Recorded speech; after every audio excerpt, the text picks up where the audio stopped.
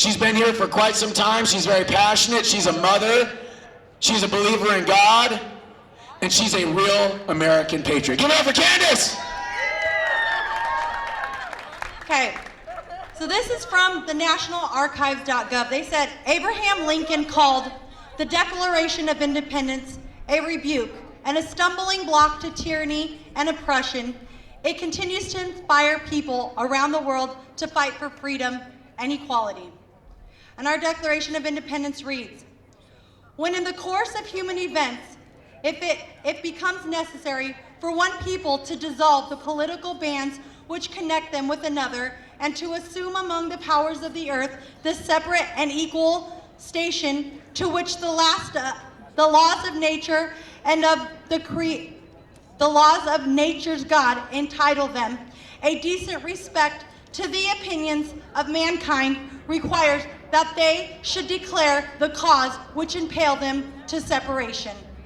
We hold these truths to be self-evident, that all men are created equal, that they are endowed by their Creator with certain inalienable rights, that among these are life, liberty, and the pursuit of happiness, that to serve these rights, governments are instituted among men, deriving their just powers from consent of the governed, that whenever any form of government becomes destructive of these ends, it is the right of the people to alter or abolish it and to institute new government, laying its foundation on such principles and organizing its powers in such forms as to them shall seem most likely to affect their safety and happiness.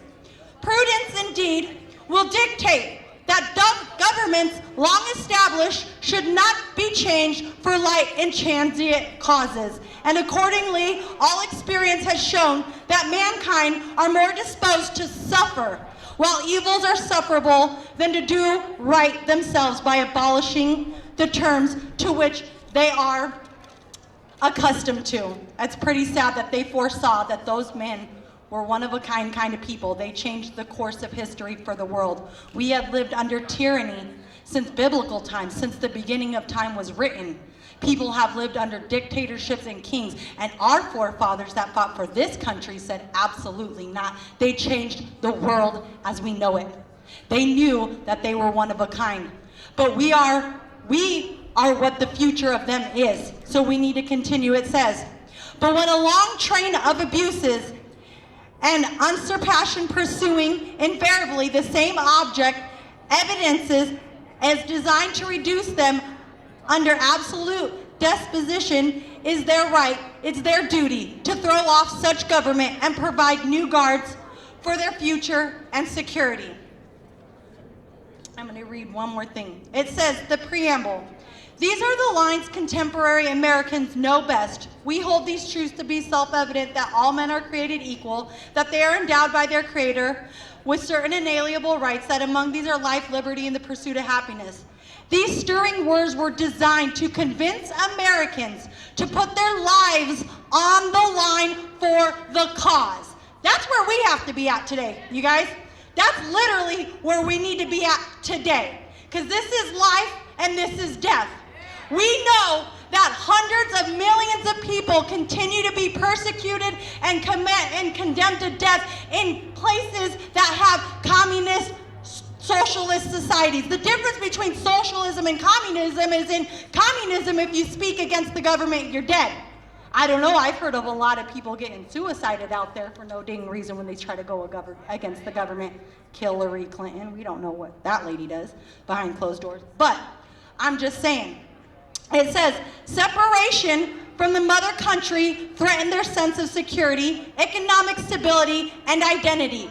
That sounds like us today. They have threatened our economic security and our stability and our safety, but they're not tyrants 3,000 miles away. These are tyrants 30 feet away in that building right there, trying to take away our identity as a free country. And I'm not having it. I don't know if you guys are having it, but I'm not having it. I'm going to stop there to do some reflecting. They say hindsight is 20/20. Looking back at the last 4 years, how Nancy Pelosi, Adam Schiff, and her wolf pack of wild, rabid dogs attacked the President of the United States for 4 years, calling him an illegitimate president. Congress's Adam Schiff's secret whistleblower, claiming foreign interference with zero evidence, spent 48 million taxpayer dollars because of their hissy fit, that they could not accept Donald J. Trump as the sitting president of the United States. This wasn't brought on by we the people. At that time, it was brought on by spoiled Washington swamp dwellers, okay? This is brought on by we the people. Today we have hundreds of thousands of American citizens, not the Washington swamp, American citizens, coming forward from both sides of the aisle in the name of voter fraud and perversion to our democracy, and we the people, and how we the people elect our president. For years, this whistleblower they had on the Russian collusion hoax could not be named in the name of security for this person's life. But we have people by the thousands and thousands coming forward, putting their lives on the line to testify against this fraud, swearing on affidavits under the penalty of perjury.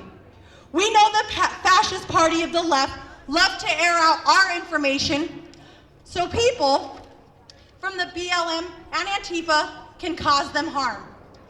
Katie Hobbs needs to realize she represents all of the people in Arizona, not just liberals of Arizona. She is robbing us of our voice, our vote, and a fair and honest election. It's crazy as I've watched the whole press conference with Rudy Giuliani, Sidney Powell, and Trump's legal team spell out for us their whole opening statement as it would happen in court. What Sidney Powell described, she has evidence of, should scare the hell out of all people. Some news stations will not play the whole video of the hard evidence because the media would be ripped apart. So they hide from the people that are like sheep, who do not look into anything and do their research, but rather take the media as it is, word for word. I tell you people right now, that one thing that I do know is that we lead in numbers. One thing I've learned from these other movements is they had the people show up and they got answers real quick. I didn't even know what the hell they were fighting for, to be honest with you. I do know that they tore down businesses that they didn't even live anywhere around. In Scottsdale, I highly doubt any of them came walking out of their neighborhood to go do any of that stuff. They targeted them. They were people that were committing crimes of opportunity. They preyed upon people the same way these people are preying upon us, because we have become silent and complacent. Because while these other people are living off of welfare and destroying our state, we are out there working a 9 to 5, watching our children so our husband can work double time.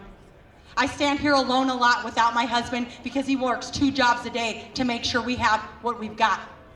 I know a lot of us can't be here every day because we have commitments to family, and God and our family come before anything, but of course our country is right there with us. That's why we're here today. I have to tell you guys, we have to be willing to pick up more numbers, and we have to be willing to take this fight for the long haul, that no matter what they try to tell us is happening, that we must stand up against it. We need to get people from all 4 corners of this state. We need to start getting them rallied down here, and we need to keep pushing the pedal and pushing the pedal. We know we have livelihoods to protect. Those other people weren't scared of what was going to happen to them. They think that whatever their political or their agenda is, they can just do whatever they want and claim social injustice. We don't have that privilege. We will be thrown out of our jobs. Most of us will be taken away from our places of work if we even express that we support Trump or our country. It's pretty sad to live in a day where our American flag, where people of all nationalities and all backgrounds have given their life to die to defend, is now called a symbol of racism. I've seen it. I seen it on a tweet. They said, what is one of the most racist symbols you see out there today? And I can't tell you how many people retweeted the American flag. That's what we live in today. That's what we live in today. I'm getting scared. That little boy right there, he doesn't know what white privilege is. He never will. He's gonna work fairly and honestly, just like the rest of us. And I hate this sense of entitlement that certain people feel among themselves. What percentage of what you work for is somebody else entitled to? And that's nothing. Absolutely nothing. It is not to say that Jesus did not say to help the least of these. Our poor elderly and veterans live off of very little. I don't mind handing out money to be able to support the elderly. They've been there, they've paid their fair share, and have even gone and fought in wars.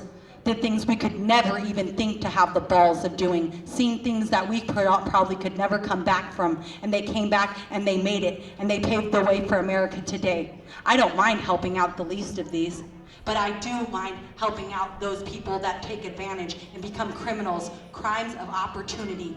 And that's what we create with this welfare system, this give me entitlement. That's why taxes are going to be higher.